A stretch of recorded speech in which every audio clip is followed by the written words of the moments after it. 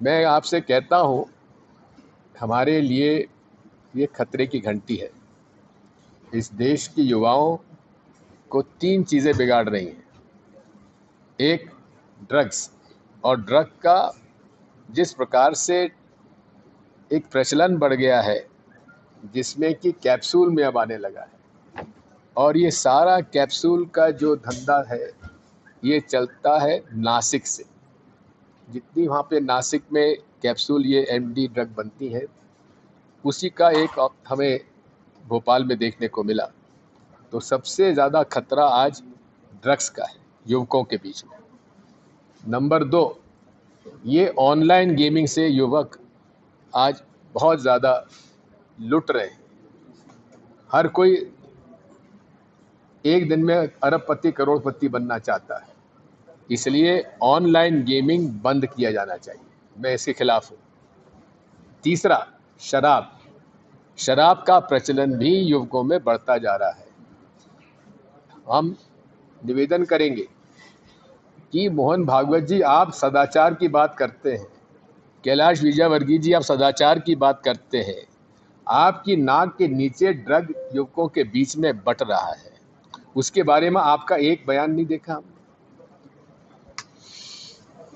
भोपाल की फैक्ट्री में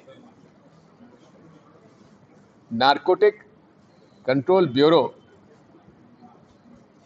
15 दिन से भोपाल रह रहा था, जानकारी ले रहा था। गुजरात की पुलिस उनके साथ आई हुई थी, जो 15-17 दिन से वहाँ थी, लेकिन मध्य प्रदेश की पुलिस को, भोपाल के कमिश्नर पुलिस को कोई जानकारी नहीं थी। और मुझे बताया गया है कि एडिशनल डीजी स्पेशल ब्रांच, उसका पद खाली है, पद नहीं भरा गया। ये हम लोगों के लिए बहुत बड़ा एक कलंक है कि हमारे राजधानी में मुख्यमंत्री और डीजीपी और कमिश्नर पुलिस के नाक के नीचे ड्रग फैक्ट्री, जिसमें कि 1800 करोड़ का ड्रग पकड़ा गया, उसमें गुजरात की पुलिस को मध्य प्रदेश की पुलिस पे भरोसा नहीं था। नारकोटिक कंट्रोल ब्यूरो के अधिकारियों को मध्य प्रदेश पुलिस पर भरोसा नहीं था। क्यों भरोसा नहीं था? क्योंकि उनको शक इस बात का था कि सब मिले हुए हैं, उनको जानकारी मिल जाएगी। ये हमारे लिए, मध्य प्रदेश के नागरिकों के लिए एक शर्म की बात है। मैंने आपसे कहा, देखिए एक बात सुनिए, मैं सांस्कृतिक कार्यक्रमों में कौन सा सांस्कृतिक कार्यक्रम हो रहा है, उसमें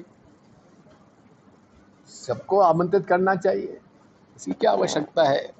अब हम ईद मिलन में भी जाते हैं, होली मिलन में भी जाते हैं, और गरबा जो है ये हमारा गुजरात से आई हुई संस्कृति है, यहाँ तो अब बड़ी लोकप्रिय हो गई है। हम तो चाहते हैं कि इसमें एकता नज़र आए, एक रूपता हो, सबको आने का अवसर मिले।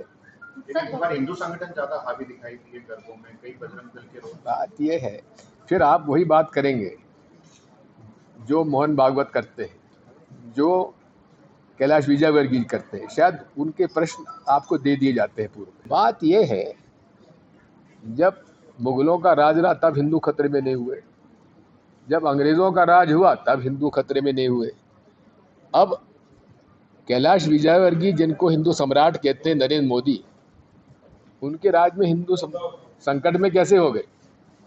और यदि है वाकई संकट में है तो ये उनका एक, मैं समझता हूँ, नरेंद्र मोदी जी के ऊपर एक आक्षेप है।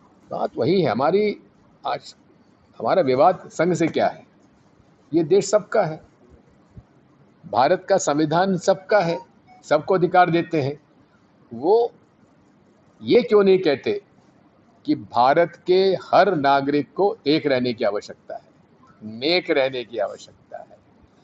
ये भारत की सबसे बड़ी ताकत अनेकता में एकता है। और यदि आरएसएस या मोहन भागवत जी सनातन धर्म का पालन करते हैं तो हमारा सनातन धर्म कहता है पूरा विश्व हमारा कुटुंब है, सर्व धर्म संभाव, सारे धर्मों का सम्मान करो।